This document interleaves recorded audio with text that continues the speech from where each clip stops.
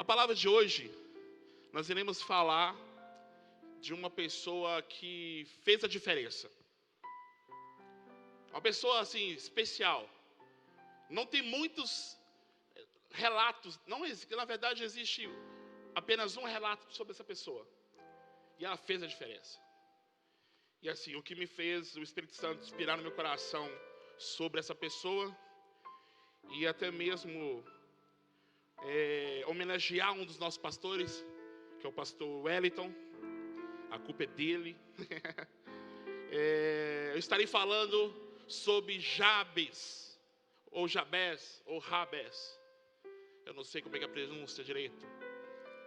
Se for portuguesar, não sei se existe essa palavra, não sei se existe essa palavra, porque portuguesar seria Jabes. Se for no hebraico, seria Jabés, ou Rabés, não importa.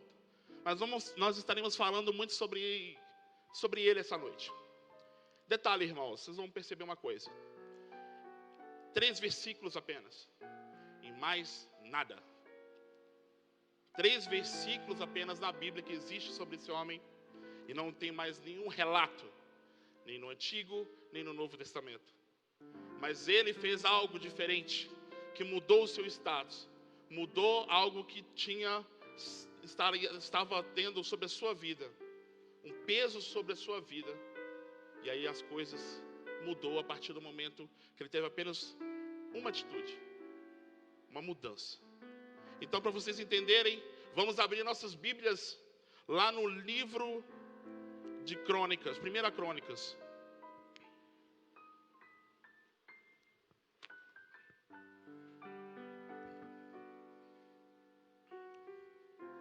1 Crônicas 4.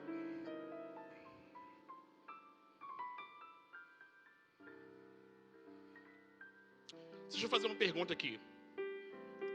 Todo mundo já achou? Acha aí, rapidão. Não estou escutando barulho de Bíblia estranho. Cadê? Tem pouca gente, né? Deve ser, né? Crente que é crente tem que folhear. Mostrar pro capeta que a gente está aqui, entendeu? Detalhe, irmãos, essa noite é dia de dar bicuda na cara do cão, entendeu? Ele vai dar tiro no pé essa noite. Amém? Todo mundo achou? 1 Crônicas 4. Já achou?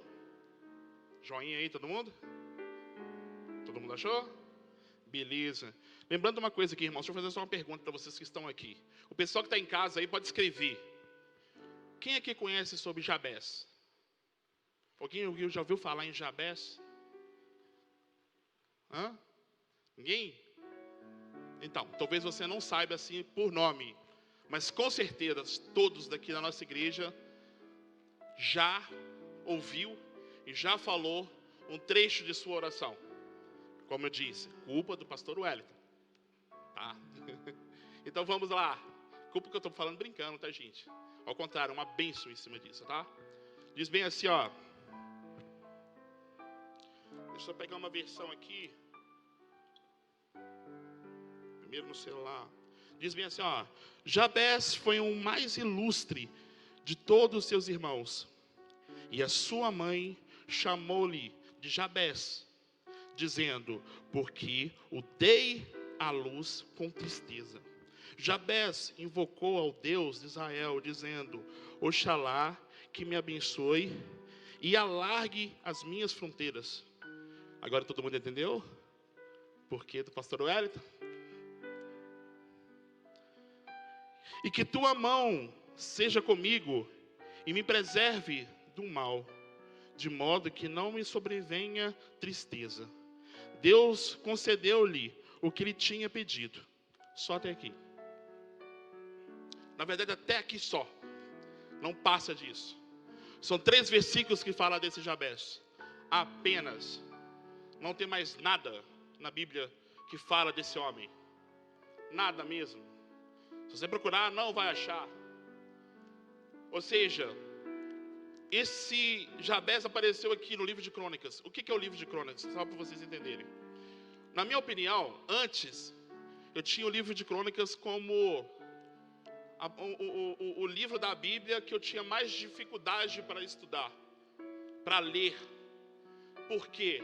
Se você pegar o primeiro capítulo, até acho que o 9 ou 10, acho que é o 9, você vai perceber uma coisa.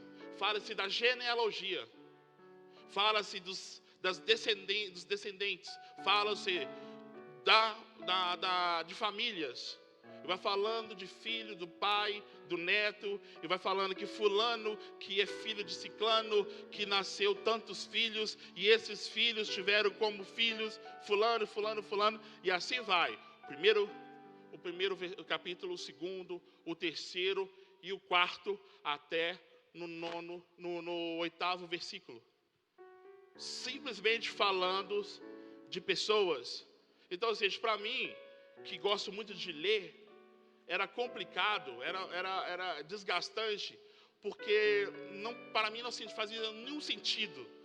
Né? A minha vontade era começar da parte que começam as histórias. Né? Porque como eu gosto muito de estudar e gosto muito de aprofundar no texto, aprofundar em uma história, você começar a ver né, cronologicamente, nesse sentido, era muito desgastante. E sinceramente, talvez o ano passado foi a melhor época da minha vida em relação como pastor, porque esse tipo de leitura me ajudou muito. Mesmo eu não gostando, eu me aprofundei muito em Crônicas e em Isaías, entendeu? E aí, em Crônicas, aconteceu o quê? Saltar aos meus olhos esse pedaço. Do mesmo jeito que eu preguei aqui no domingo, na última vez que eu preguei aqui, que eu preguei sobre a história de Pérez e Zerá, né, os filhos de Judá e Tamar, essa é a mesma história nesse sentido. Porque está falando de pessoas, de gerações, uma atrás da outra, e de repente o escritor desse livro, o que ele faz? Ele dá uma pausa ali e começa a contar a história de um homem. Não fala dos seus irmãos, mas sim começa a contar a história desse homem, que recebeu um nome pesadíssimo, um nome que muitas das vezes, se você olhar, nós vamos aprofundar um pouco sobre isso aqui, um nome a qual ele poderia ter vergonha, porque, ou seja, quando ele nasceu em um problema no parto, ou seja, a mãe quando deu à luz a esse rapaz, ele simplesmente, talvez não estava na posição correta. Por isso que a mãe fala, estou dando esse nome de Jabés sobre a sua vida, porque você me provocou muitas dores no parto. Eu acho, as mulheres que estão aqui, devem, né, com certeza, sabem mais essa coisa sobre que nós, os homens. A dor do parto deve ser horrível, né? Agora imagina a dor do parto, onde a criança esteja atravessada, ou não esteja na posição, e nessa época não existia cesárea, e você tem que fazer o parto dessa criança de qualquer jeito. Eu não sei como essa criança nasceu, eu só sei que a mãe colocou o nome nele, dizendo, você me provocou grandes dores no parto. Esse era o nome dele. Entenda uma coisa, irmãos, se você pegar no livros aqui, no Antigo Testamento, você vai observar o quê? Para os judeus, para os hebreus, o nome tem que ter um significado. Há importância em cima disso. Todo nome tem um significado. Esse significado é o que vai dizer o que essa pessoa será no futuro. Se você pegar Davi, se você pegar Samuel, todos eles têm um significado, o nome deles. E esse nome é importante. Tanto é, nos estudos que eu consegui com algumas pessoas, é que as crianças que eram nascidas nessa época demoravam por volta de 6 a 7 dias para decidir o nome. Por quê?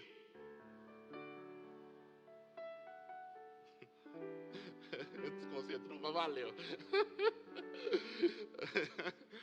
Então, entenda uma coisa, eu te perdi agora. Vamos voltar. Decidiu o nome por causa de quê? Porque essas pessoas necessitavam saber como as crianças seriam para que o nome fosse colocado e o futuro dela decidido em cima disso. Agora pense bem, a mãe coloca o nome de um filho, aquele que me provoca dor, aquele aonde estou triste porque durante o parto você quase me matou. Como que seria o futuro dessa criança? Como foi o futuro dessa criança? Pense nisso. Não é pesado? Não é triste? Você crescer sabendo que quando as pessoas te perguntarem como você se chama? Meu nome é aquele que provocou dor na minha mãe durante o parto. Aquele que entristeceu minha mãe no parto. Como seria a reação das pessoas ao ouvir esse nome? Jabez. Só que é o seguinte, a Bíblia nos fala que ele fez algo diferente. E é nessa parte que nós iremos trabalhar essa noite. Porque é o seguinte, nós, os ocidentais, né, nos países, principalmente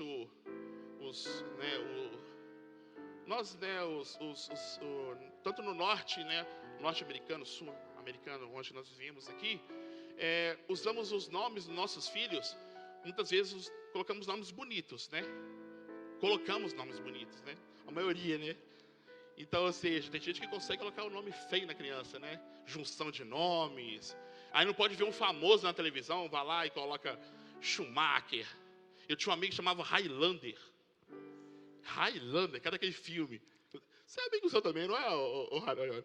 Você viu que não é mentira minha. Um amigo nosso chamava Highlander.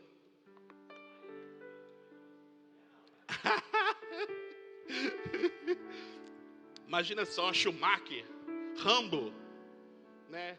Ou seja, querendo ou não, tem um significado. A mãe colocou, o pai colocou por causa do filme. Ou se a mãe coloca um nome na pessoa porque achou bonito. E por aí vai. Só que eu não quero falar sobre nome para vocês, nem os seus significados. Apesar que isso é muito importante. Eu quero falar nessa noite sobre rótulos, a qual coloca sobre as nossas vidas. Rótulos, muitas vezes maldosos, ao nosso respeito, e que muitas das vezes não condiz com a nossa vida.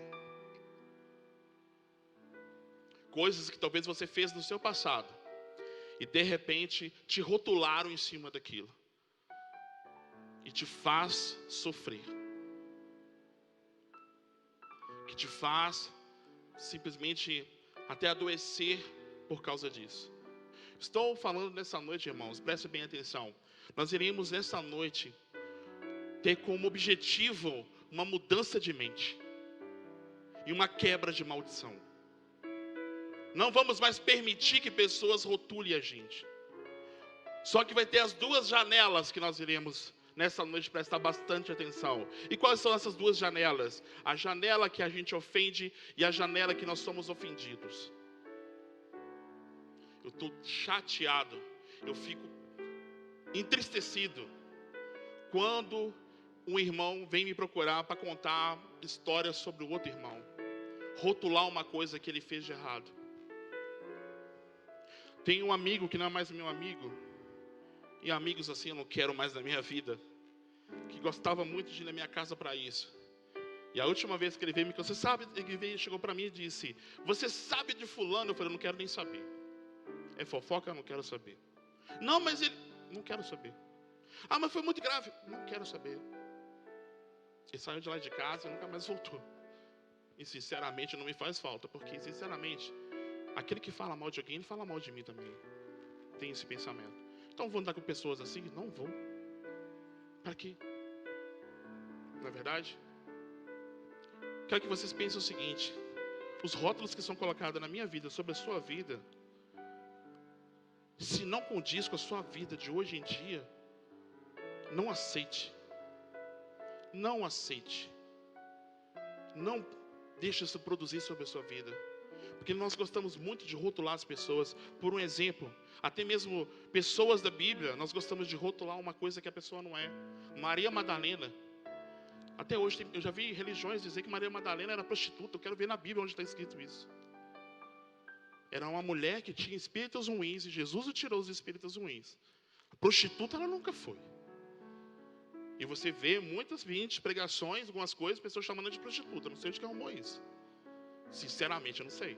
Rotula uma pessoa sem saber quem ela é, sem estudar ela, sem se aprofundar e conhecer por quê. Irmãos, é o seguinte: o nosso passado muitas das vezes pode ser triste. Ou seja, Talvez hoje, eu não sei, aqui, a pessoa que está me assistindo, talvez você está vivendo hoje uma vida como um alcoólatra, como um drogado. Talvez você é conhecido como Zé Droguinha, ou pinguço da rua. Lembre-se de uma coisa. Esses rótulos podem até parecer um pouco de verdade no dia de hoje, na sua vida. Mas se você quiser que isso mude, você consegue. Basta você querer. Basta você mudar. E é nisso que nós vamos falar essa noite. O primeiro ponto que eu quero dizer para vocês nessa noite, para que os rótulos que são colocados sobre as suas vidas sejam quebrados. Essa maldição que pode destruir casamentos, pode destruir amizades, pode destruir qualquer tipo de relacionamento, começa com a sua atitude. Ou seja, a atitude de mudar. A atitude de querer que a sua vida se torne outra. Esse é o primeiro ponto. Que não adianta vir pessoas dar conselhos, falar coisas bonitas para você e você não mudar. Não adianta. Não adianta, não vai conseguir. Se você não tiver primeiro ponto, a atitude, nunca vai mudar. Continuar sendo, aceitando esses rótulos sobre a sua vida. Esse é o primeiro ponto. O segundo ponto, nós vamos aprender com Jabes. O que é? Mesmo sabendo que a mãe colocou um nome tão pesado como esse, vergonhoso como esse, ele fez uma coisa para mudar o seu status. A primeira atitude. A segunda, ele fez uma oração. Isso que nós acabamos de ler. Uma oração. E ele começou o quê? Suplicando ao Senhor. Ele começou conversando com o Pai. A primeira coisa que eu e você temos que entender essa noite, entendeu? Para quebrar esse tipo de paradigma sobre a sua vida, para que você se torne uma pessoa melhor e tire isso tudo sobre a sua vida, primeiro, temos que orar ao Senhor. Nós temos que simplesmente falar com o Senhor. E aqui ele vem, e a expressão que Jabes inicia com o Senhor é falando com ele: Senhor, abençoe a minha vida. Entenda uma coisa aqui: abençoe a minha vida. Muitas pessoas gostam de pregar sobre Jabes no intuito de prosperação, na teoria da prosperidade.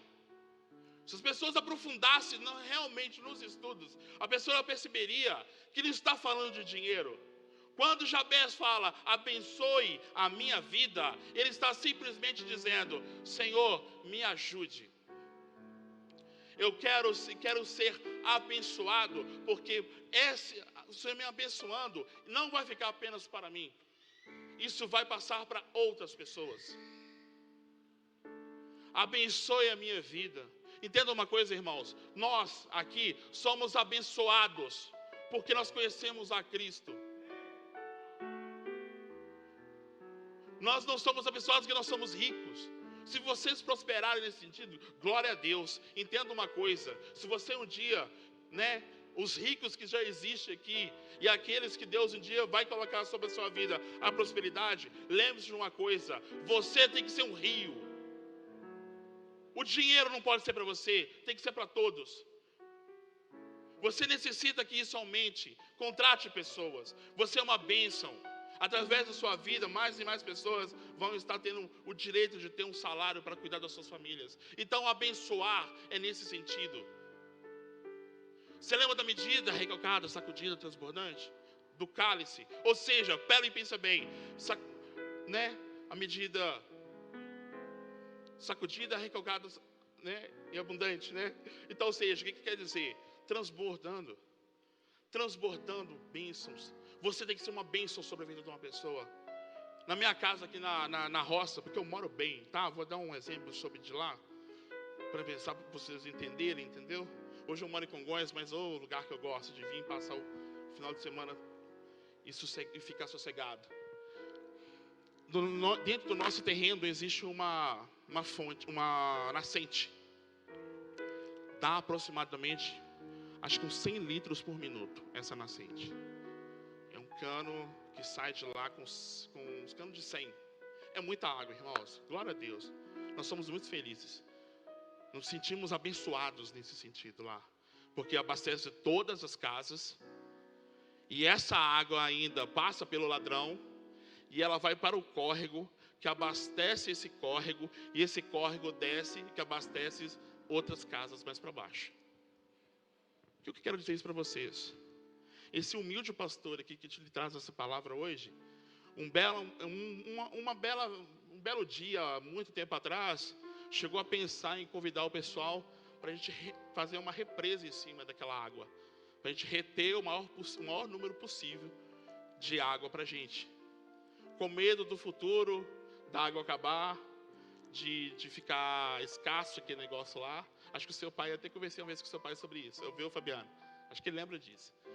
E depois eu parei para pensar, irmãos, aquela nascente está lá, bem antes de eu nascer, do meu pai nascer, do meu avô, do meu bisavô. Então, ou seja, eu nem sei quando é que aquela nascente nasceu. E ela sempre deu água. Mesmo na época de seca, diminuía, a caixa enchia, mas mesmo assim ela ainda tinha vazão para o córrego. Mesmo na seca. Eu já vi aquela água minguar, mas eu nunca vi ela acabar. O que eu quero dizer isso para vocês? Você é uma fonte de águas vivas. Assim Jesus disse nas palavras. Você já bebeu dessa água, não sente mais sede. Você é uma bênção. Você tem que produzir água na sua vida para as outras pessoas. Você é uma fonte, sabe? Rica de nutrientes. Você é uma bênção. E bênção não pode ficar retendo água. Bênção tem que distribuir para todos.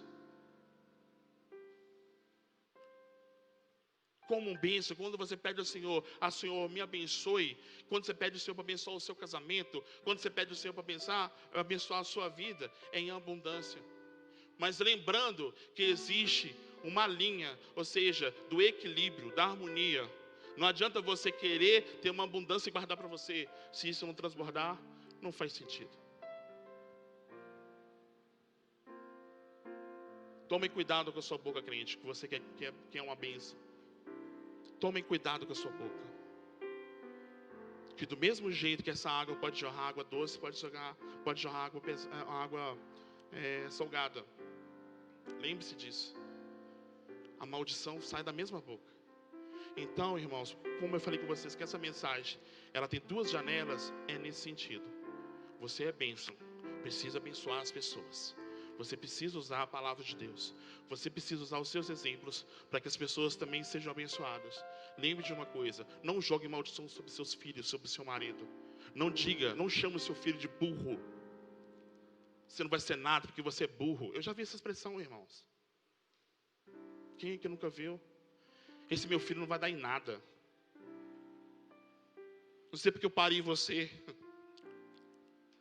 Muitas vezes por uma briga boba. Sou ignorante. Xinga o marido, xinga a mulher. Não traz harmonia, não traz bênção para a família. É simplesmente só palavras que amaldiçoam. E aí no futuro, o filho se torna uma pessoa ignorante. Uma pessoa que transforma de acordo com as palavras que foram lançadas. Aí você quer que Deus resolva para você. Lembre-se que você é bênção. Você tem que educar os seus filhos no caminho do Senhor. Porque você recebe do Senhor o ensinamento para isso. Não amaldiçoa ninguém. Não amaldiçoa o seu marido. Não amaldiçoa a sua mãe. Não amaldiçoa o seu trabalho. Não amaldiçoa as pessoas que vivem ao seu redor. Ao contrário, você é bênção. Abençoe o seu marido. Abençoe o seu filho. Mesmo passando por dificuldades ali, mesmo que ele não esteja sendo educado, talvez ele esteja irritado com alguma coisa, abençoe ele. Jogue bênção sobre a vida dele. O que eu detesto nessa vida, irmão, sinceramente, isso é eu, tá? Não fique chateado comigo. É porque quando eu vejo pessoas falando mal de outras pessoas, dizendo assim, aquele abençoado é assim. Irmão, para. xinga o cara, fala que ele não presta, mas não fala abençoado, não, que eu fico indignado, porque a palavra abençoado é muito bonita, é muito séria e é verdadeira. Então seja, abençoe realmente aquela pessoa. Diz aquele pessoa que ele é um encravado, como diz eu lembro do Marcelei, né, gostava de dizer, mas Deus vai abençoar, Ele vai mudar o seu jeito, ou mudar o meu jeito. Lembre-se de uma coisa, a maior maldição muitas das vezes não é lançada da pessoa para você, mas é de você mesmo que lança para você mesmo. Deu para entender? Ficou confuso? Falei muito rápido? Que eu mesmo não entendi o que eu falei. Ou seja, você é capaz de lançar maldições para você mesmo. Você é capaz de ser bênção para você mesmo, mas ao mesmo tempo você é capaz de se tornar uma maldição para você mesmo. Entenda uma coisa, o contrário do sucesso não é o fracasso, é a desistência. Se você não foi bem sucedido numa coisa, não é porque você fracassou, é porque você desistiu.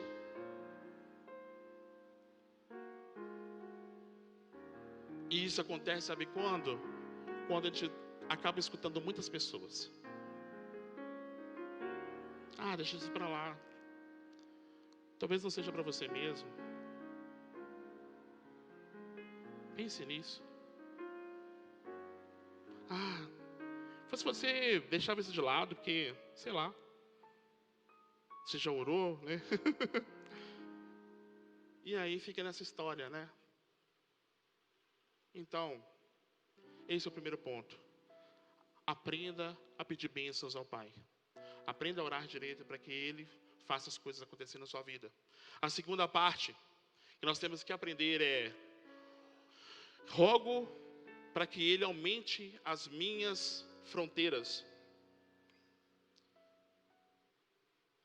para que Ele amplie o meu terreno. Oxalá, né? Que abra os caminhos, abre a minha fronteira. Essas palavras, quando o pastor Hélito faz aqui assim, toda vez eu falo assim, eu vou pregar sobre isso. Chegou o dia. Sabe, vocês são abençoados direto pelo pastor Hélito, quando ele está aqui, quando ele dá a bênção apostólica. Quando ele fala, sabe, que o Senhor abra as suas fronteiras, sabe, escancare as fronteiras de você, as suas fronteiras, que derrame bênçãos sobre a sua vida. Sabe o que está dizendo aqui? Aumentar fronteiras.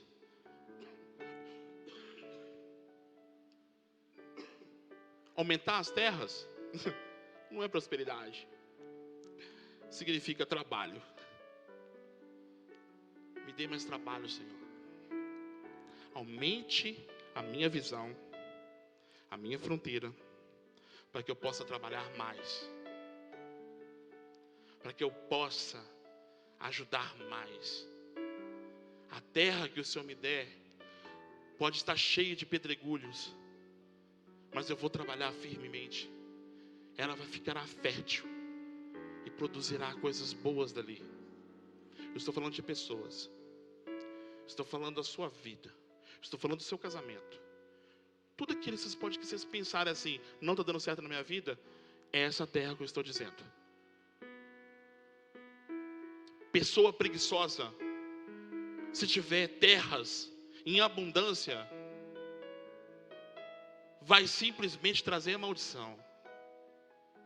Porque vai encher de mato, vai entrar animais peçonhentos, vai entrar de tudo que você possa imaginar.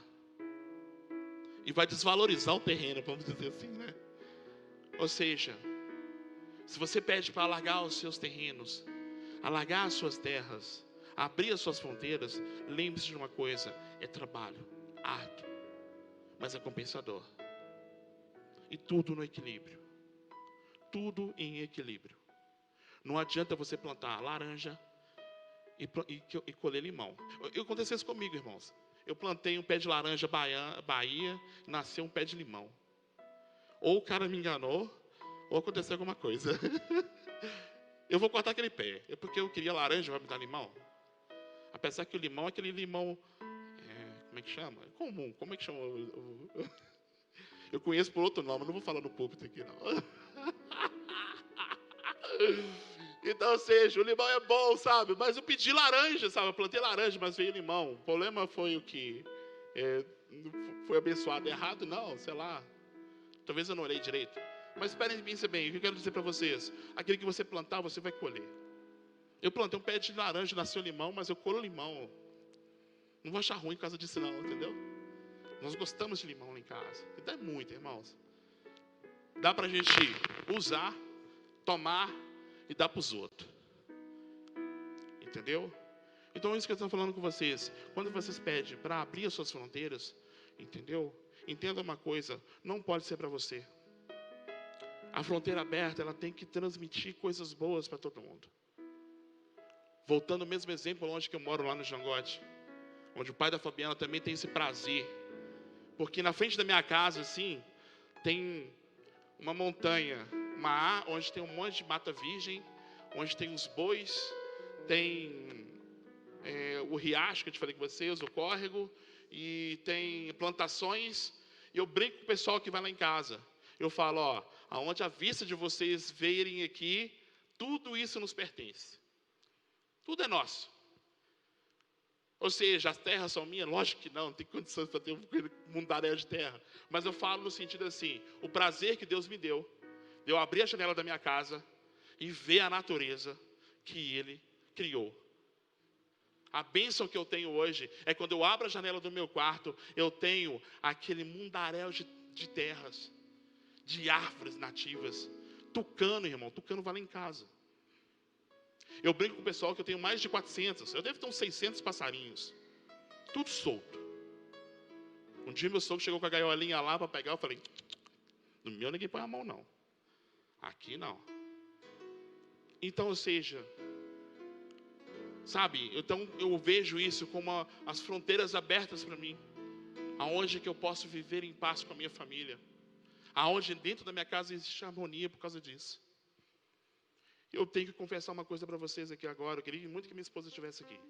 Ela não está. Se ela está me assistindo, eu quero te pedir perdão, amor. Nos últimos tempos a gente andou brigando muito por besteira. E isso no casamento é horrível, né? Tira o equilíbrio no casamento.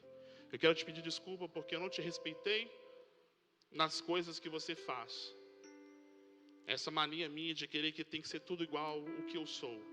E cada um tem a sua individualidade. Cada um vive a sua maneira com Deus. Diferente.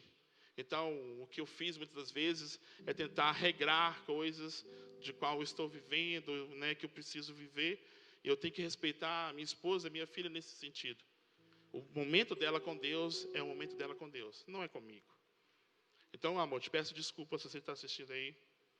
Quando chegar em casa a gente conversa melhor. Mas entenda o seguinte, sabe? A gente tem que pedir perdão sim. Para que não aconteça uma falta de harmonia, uma briga, uma ofensa se tornar uma maldição sobre o seu casamento. Talvez uma briga desse tamanhozinho assim, provoque um divórcio. E aí, por que divorciou? Porque ele não me respeita. Porque eu não respeito ele, e por aí vai. E quando você assusta, é uma coisa tão boba. Muitas vezes, né, é aquela velha história, né? Nós, os homens, somos muito cruéis no sentido de ofender as nossas esposas em algo que deixa ela para baixo. Do mesmo jeito, elas também conseguem nos ofender, né, com palavras que nos deixam também para baixo. Então, ou seja, nós temos que aprender a amar nossas esposas. E as esposas têm que aprender a respeitar os maridos. É dizer que respeita ele por esse e esse motivo. Você tem que dizer para sua esposa, eu amo você por esse e esse motivo. Para que a harmonia se torne o fator principal dentro do seu relacionamento. Porque é o seguinte, não adianta você amar a sua esposa demais. Presenteá-la se ela quer um abraço. Talvez você pode dar uma... Eu lembro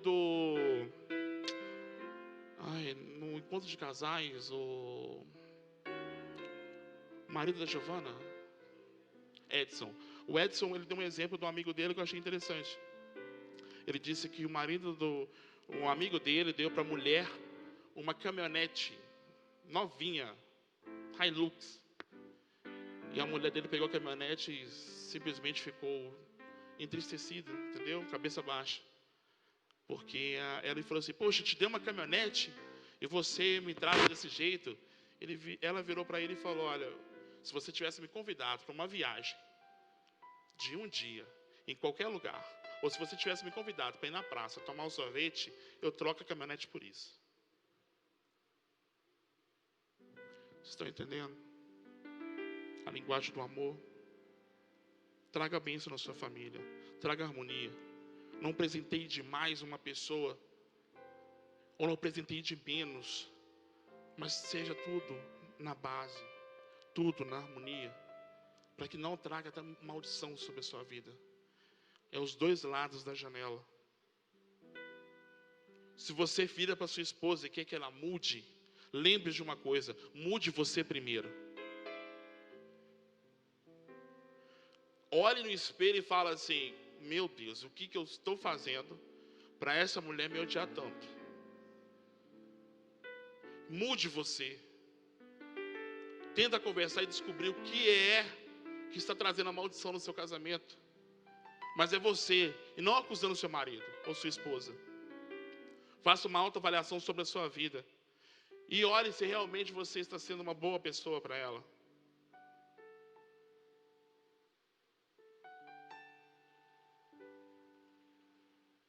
O trabalho não é fácil, mas é gostoso nesse sentido. Então, quando você pedir para o Senhor aumentar as suas fronteiras, lembre-se que Ele vai aumentar. Mas existe um trabalho fortíssimo em cima disso. E não pode ter preguiça. Não pode deixar de lado.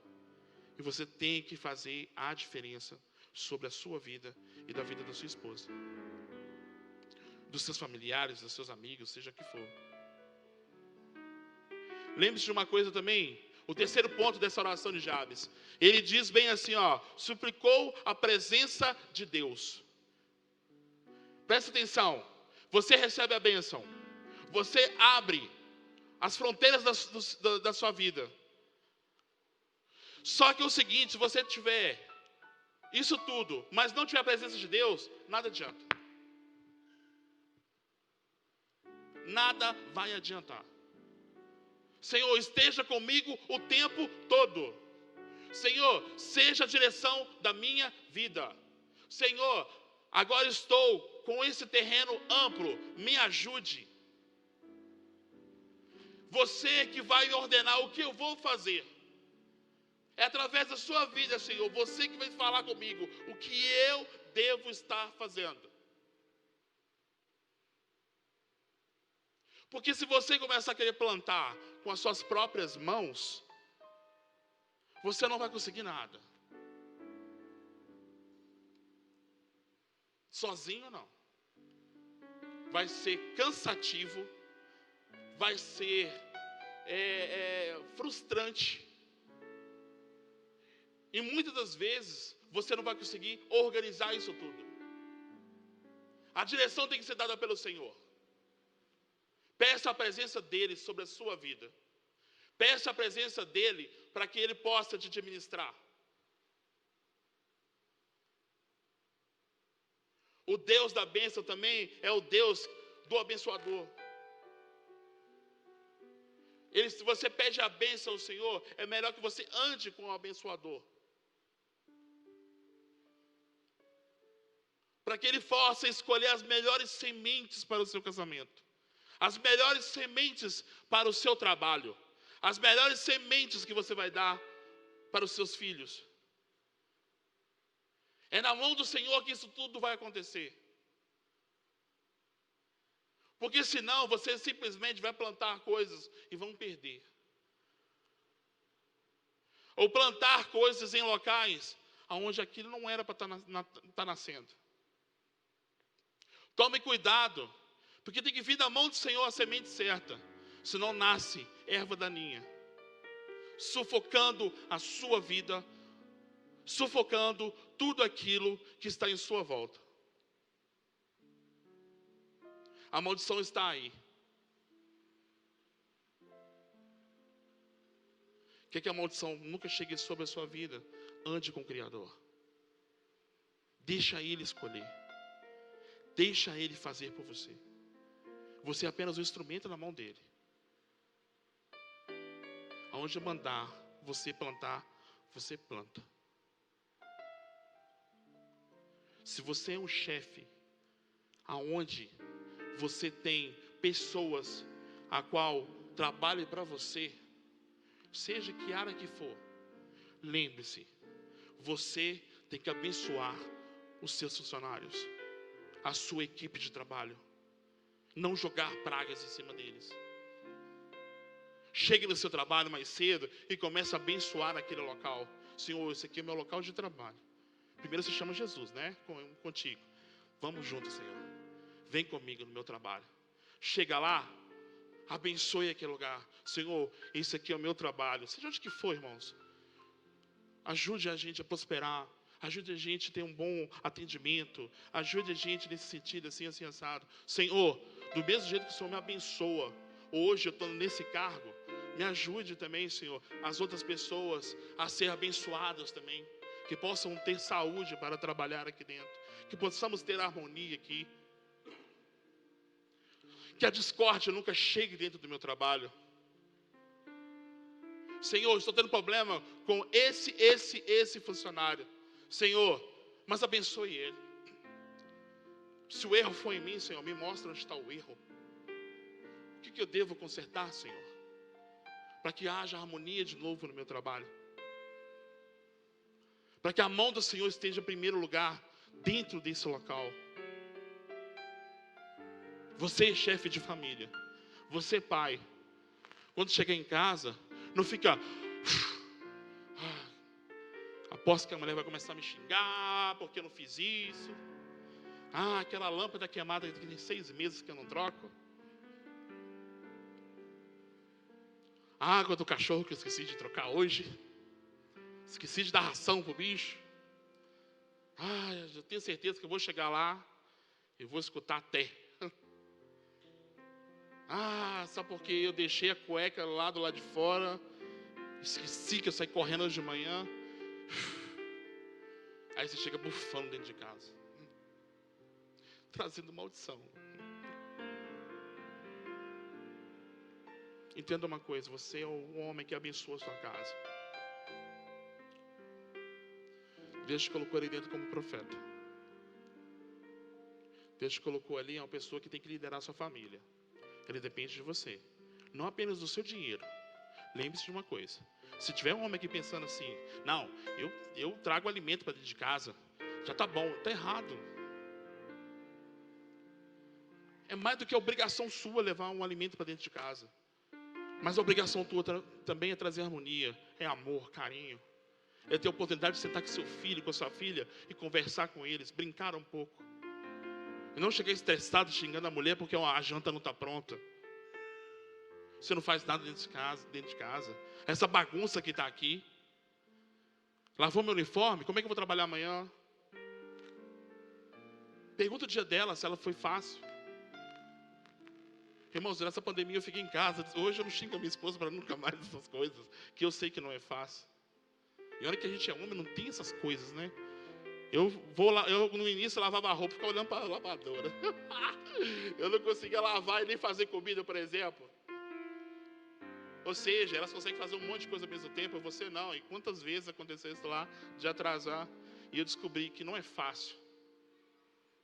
Talvez a pessoa, sua esposa, ainda trabalha dentro de casa.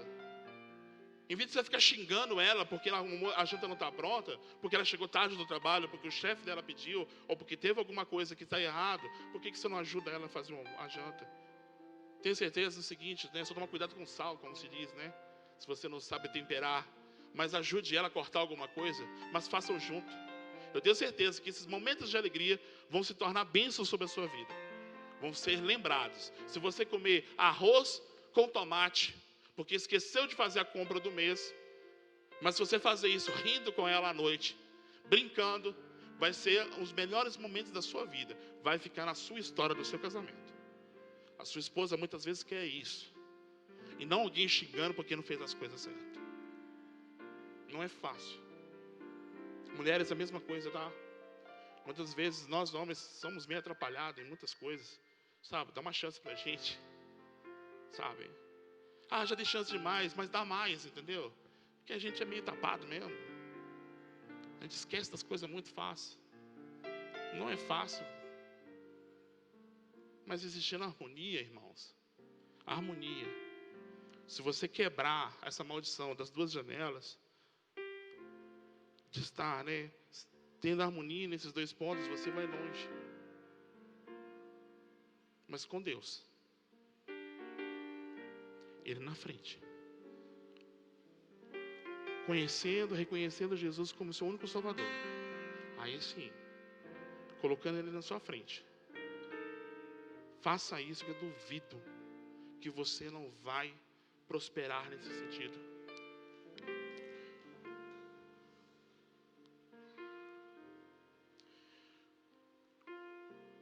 E o outro ponto, irmãos, o quarto aqui, provavelmente o último, é clamar ao Senhor proteção de Deus.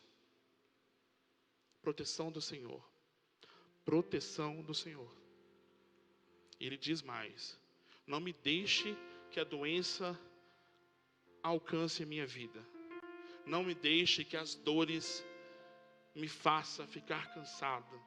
Ou seja, a proteção do Senhor. Ele pede a proteção de Deus sobre a vida dele. O que isso quer dizer, irmãos? Presta bem atenção. Entenda, como eu disse para vocês, as duas janelas. A primeira janela é o seguinte: peça ao Senhor a proteção. Ele protegerá a sua família. Peça proteção a Deus sobre a sua vida. Ele vai te proteger. Peça ao Senhor a proteção para os seus filhos. Que nunca um homem mau chegue próximo dele. Isso vai acontecer. Peça a proteção ao Senhor. Pede a Ele para que faça as coisas diferentes sobre a sua vida. Ele vai fazer. Mas tem o outro lado da janela. O outro lado da janela é o seguinte: a proteção de Deus vem sobre você, mas ela não vai te blindar de muitas coisas. Quer ver um exemplo sobre isso? Lembra daquela passagem de Jesus contando uma casa construída sobre a rocha e uma casa construída sobre a areia. Lembra dessa passagem? Todo mundo lembra? Veio a tempestade, os ventos fortes, a casa construída na areia desmoronou, desmanchou. Mas a casa que estava sobre a rocha, que é Jesus, ficou firme. Entenda uma coisa: a chuva veio, a tempestade, terremotos, o que veio ali foi para as duas casas. As duas, do mesmo jeito. As duas receberam tempestades. As duas receberam o vento forte. Só que a casa que estava em cima da areia desmanchou. A casa que estava na rocha ficou firme. Então é o seguinte: quando você pede proteção ao Senhor, lembre-se de uma coisa: a tempestade vai vir sobre a sua vida. Mas se você tiver firmeza no que você entende, aonde você está firmado, não vai acontecer nada. Pode arrancar telhado, pode desmanchar uma porta, pode quebrar um vidro, mas a casa está em cima da rocha. Ela não vai desmanchar. Então, ou seja, Deus não blindou aquela casa dizendo: aqui chove, aqui não. Não foi isso. Não abriu um guarda-chuva em cima da casa, em cima da rocha. A tempestade veio para aquela casa também, só que ela estava firme, em cima da rocha. O que eu quero dizer para você é o seguinte: você crente, você que está me assistindo, você que está assistindo em casa, entenda uma coisa: na nossas vidas vai ter muitas aflições, mas se você tiver Cristo na sua vida, Ele vai te ajudar a passar. Você vai ter muitas aflições nessa vida, muitas tristezas, mas lembre-se, estando com Cristo, nada vai acontecer. Se o seu casamento pode até abalar, mas se ele estiver firme na rocha, não vai ser desmanchado. Você pode brigar com o seu filho e com a sua filha, ter discussões, a tempestade em cima disso, mas se a sua casa Se a sua vida, a sua filha os seus filhos estiverem em cima dessa rocha, não vai abalar. Vai estremecer, mas não vai cair. Vai haver rachaduras, mas você consegue consertar. Mas se você no seu casamento estiver em cima de areia, vai desmanchar.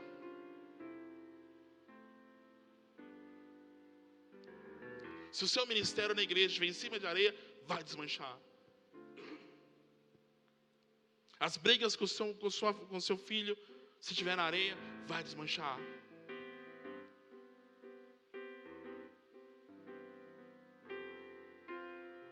Quando eu me casei, no dia do meu casamento, quem realizou meu casamento foi o pastor Wellington. Eu acho que ele nem lembra disso, mas eu me lembro muito bem das palavras que ele me disse.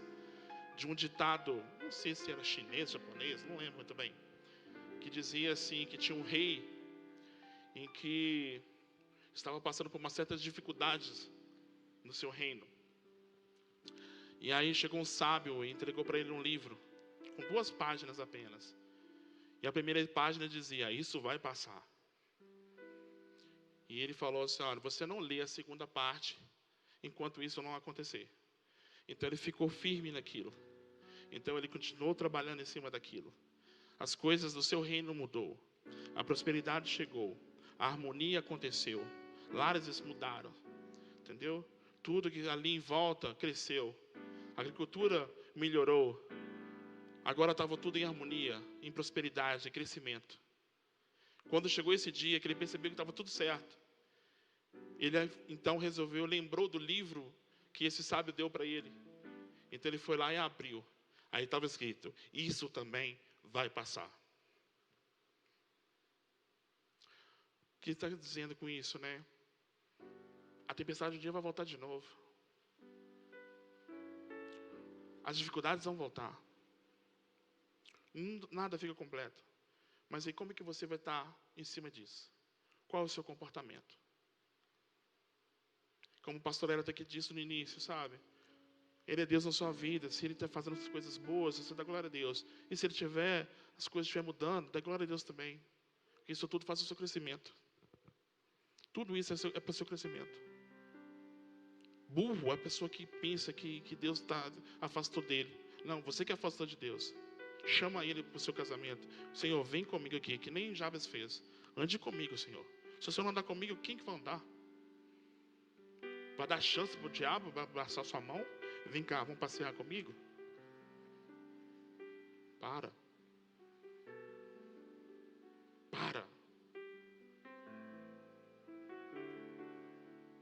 Temos que entender isso, irmãos. Quando eu era adolescente, eu lembro de um ditado popular também que um amigo meu uma vez me disse. Não minto, que eu li num livro de um alemão, não lembro o nome dele agora. Eu tinha até anotado, mas não está aqui. Que dizia assim, o homem quando nasce, quando ele nasce até os seus 20 anos, ele tem saúde, ele tem tempo, mas não tem dinheiro. Dos seus 20 até os 50 anos, ele tem dinheiro, tem saúde, mas não tem tempo. E dos seus 50 anos até a sua morte, ele tem dinheiro, tem tempo, mas não tem mais saúde. Então, ou seja, o que livro quis dizer que sempre está faltando alguma coisa na nossa vida. Quando jovem, tem saúde, tem tempo, mas não tem dinheiro. Na juventude, né, com seus parentes, familiares, com o seu casamento, agora ele traz dinheiro para casa, ele tem saúde para ter o trabalho, mas não tem tempo para a mulher e para os filhos. E dos 50 até a sua morte, ele tem dinheiro, tem tempo, mas a saúde foi embora. Então, ou seja, eu quero dizer para vocês, esse ditado na época fez muito sentido para mim. Mas eu fiquei pensando, se esse cara tivesse conhecido a Cristo, não falaria isso. Ele preencheria essa falta com Cristo. Cristo daria sabedoria para essa pessoa, daria entendimento, ele arrumaria tempo para as outras coisas assim. O que eu quero ensinar para vocês essa noite, meus irmãos, é o seguinte: não deixa para depois o que você pode fazer agora com a sua família. Se tiver a oportunidade de viajar, viaje. Se não, sai no parque e toma um sorvete. Trabalhar é bom, mas tenha tempo para a sua família. Ser o melhor funcionário é excelente, mas tenha tempo para a sua família, para os seus amigos, para a sua igreja, para o seu ministério.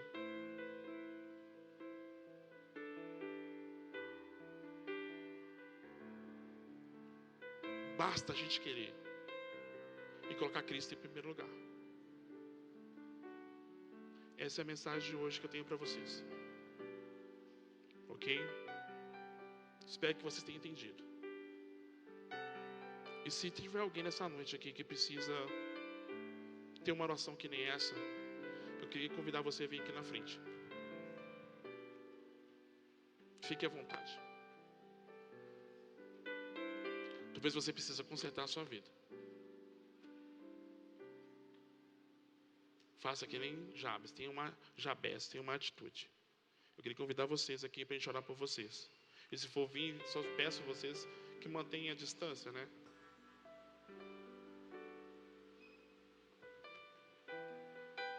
Fique de pé, fazendo favor, então.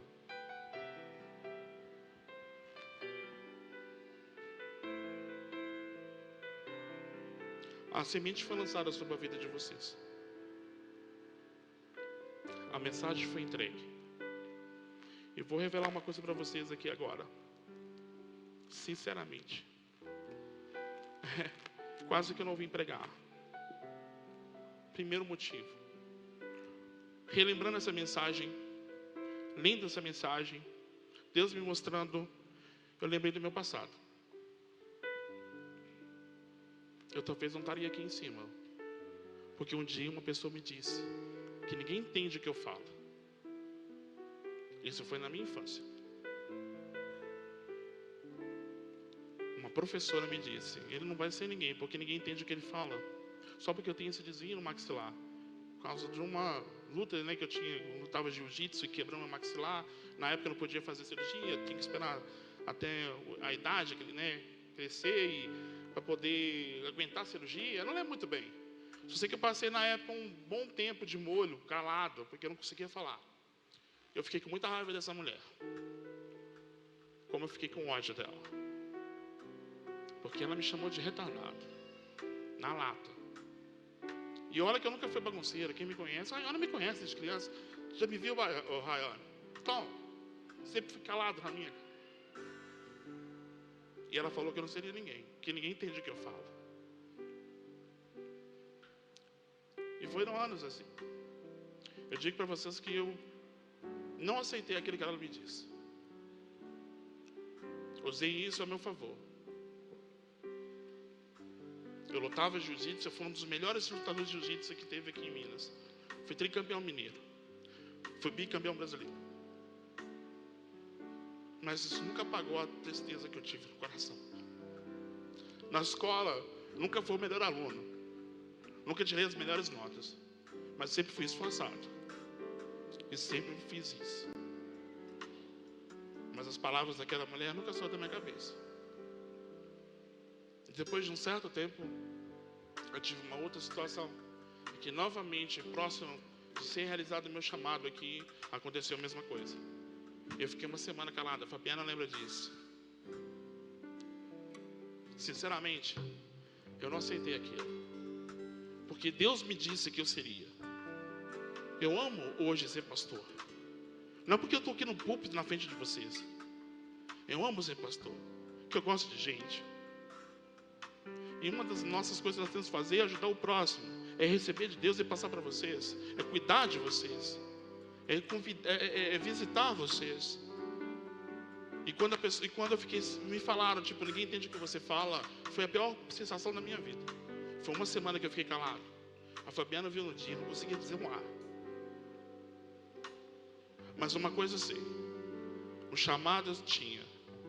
Eu sabia que Deus estava comigo.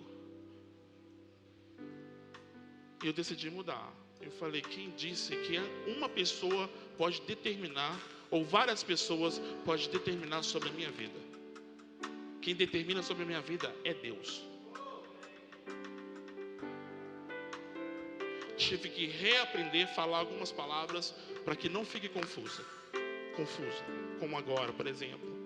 Eu tive que aprender a me reeducar, porque muitas vezes eu penso demais, muito rápido, e quando eu vou falar, eu falo meio atropelando. Com certeza, em algum momento agora, durante esse culto, aconteceu isso. Mas isso nunca me calou mais. Essa maldição eu quebrei. Primeiro com a atitude que eu disse, não aceito isso. A segunda é que eu falei assim, eu vou sim ser pastor, porque é o meu chamado. Eu não estou fazendo isso para me glorificar, é glorificar a Deus. Eu posso ajudar o próximo. Eu recebo do Senhor para passar para frente. O Senhor quer que eu trabalhe como, Senhor? Ande comigo, vai na minha frente. O que eu devo fazer? Para onde que eu vou? Para onde você está me carregando? Me carrega, é o Senhor que faz. Senhor, amplie as minhas fronteiras, amplie o meu pensamento, amplie o meu conhecimento. Alargue a minha fronteira nesse sentido. Para quê? Para que a minha mensagem, que o Senhor colocar sobre a minha vida, mais pessoas possam receber. Mas não esquece de andar comigo. Senhor, se um dia a dor chegar novamente, Senhor, se um dia novamente acontecer algo que possa vir me abalar, não me deixe esquecer que eu estou em cima dessa rocha. Pode aparecer pessoas novamente para isso, mas isso não vai mais acontecer.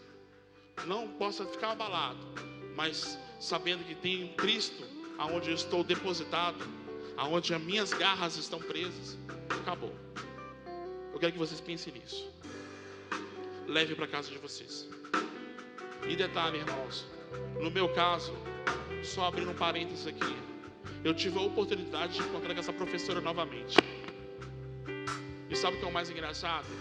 Que o filho dela estava nas drogas. E ele um dia me convidou para conversar com ele. Eu fui na casa dele. Eu não sabia que era a mãe dele. A mãe desse rapaz era ela. E quando ela me viu, ela me disse assim: Marcelo, tudo bom? Marcelo, que bom te ver você aqui. E eu disse: oi, não vou dizer o nome dela. Aí ela disse bem assim: eu tenho uma coisa para conversar com você. Há muitos anos atrás, acho que você nem lembra disso, mas eu disse algumas coisas a seu respeito para sua mãe e seu pai. E que eu me arrependi muito. Porque sua mãe e seu pai tirou você da escola, mas te colocou no colégio até particular, que eles nem podiam, mas me colocou lá, porque sabia do meu potencial. E falou assim: olha, eu fiquei muito triste porque o seu pai veio aqui e falou algumas coisas comigo. Não para me magoar, mas disse algumas coisas ao meu respeito. E eu parei para pensar. Na época, irmãos, entenda uma coisa: essa mulher, essa professora que eu tinha, que eu gostava muito, tinha perdido o marido, com 3 filhos, uma viúva, professora ganhando pouco, com depressão. As palavras que ela jogou na minha vida foram palavras que eu tenho certeza não foi dela. Quando ela me contou isso, me pedindo desculpa, pedindo perdão, eu lancei o perdão sobre a vida dela. Disse que aceitava o perdão.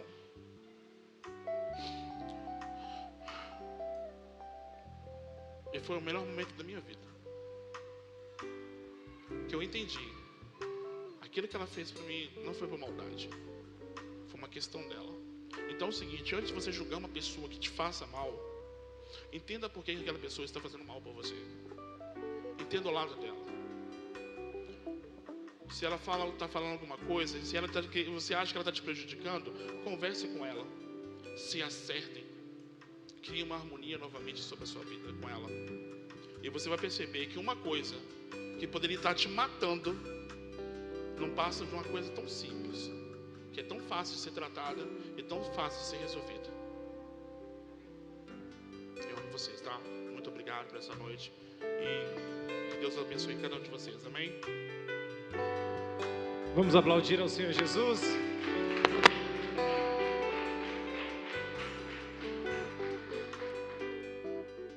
Deus, o nosso Pai, trocou o nosso coração. Antes nós tínhamos um coração de pedra, mas Ele nos deu, através de Cristo Jesus, um coração de verdade. Nós vamos para casa, mas antes eu queria cantar essa canção com vocês. Pode ser? Vamos? Eu recebi um coração. Recebi um novo coração do Pai. Bora! Coração regenerado, coração transformado. Como é que é o coração? Que é inspirado por Jesus. E como fruto dele. Você vai olhar para o irmão, só olha para ele. Estenda sua mão direita sobre ele e diz assim, ó: eu declaro a paz e eu te abençoo, meu irmão. Preciosa é a nossa comunhão. Vamos cantar, somos corpo, bora! Somos corpo, e assim bem ajustados, totalmente ligados, unidos, vivendo em amor, uma família, sem qualquer falsidade, vivendo a verdade, expressando a glória do Senhor, uma família, vivendo com, obrigado, Thales, do grande amor. Diz pra ele: eu preciso de ti, querido irmão, precioso és para mim, querido irmão. Eu estive pensando sobre essa questão de onde Deus está. E Deus não está em você sozinho, irmãos. Deus está no encontro. Você que está com a sua família, com alguém que você possa pegar na mão, só pega na mão dessa pessoa. Se você não puder, não tem problema. Solta a mão dessa pessoa. Solta a mão. Agora olha para a mão dela e a sua mão segurando. Segura na mão dele agora. Você que pode. Deus está nessa mão aí, segurando. Não é que Deus está em você, ou Deus está nele, Deus está no encontro.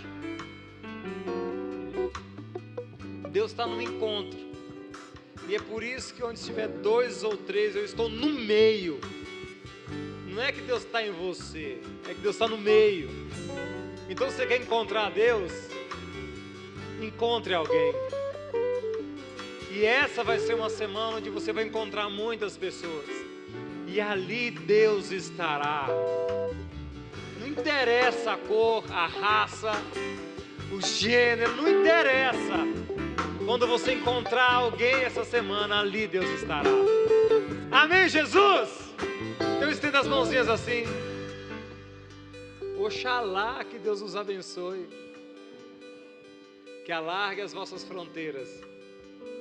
Que a mão do Senhor esteja sobre vós e vos livre do mal. E que a paz de Deus, que excede todo entendimento, guarde a sua mente e guarde o seu coração, guarde os seus pensamentos e guarde as suas emoções essa semana em Cristo Jesus. E que o amor de Deus, o Pai, a graça de Jesus Cristo e a relação com o Espírito Santo estejam com todos vocês em Cristo Jesus. E todos digam amém. Porque a vitória é de quem? Pelo sangue. Deus abençoe vocês, uma ótima semana.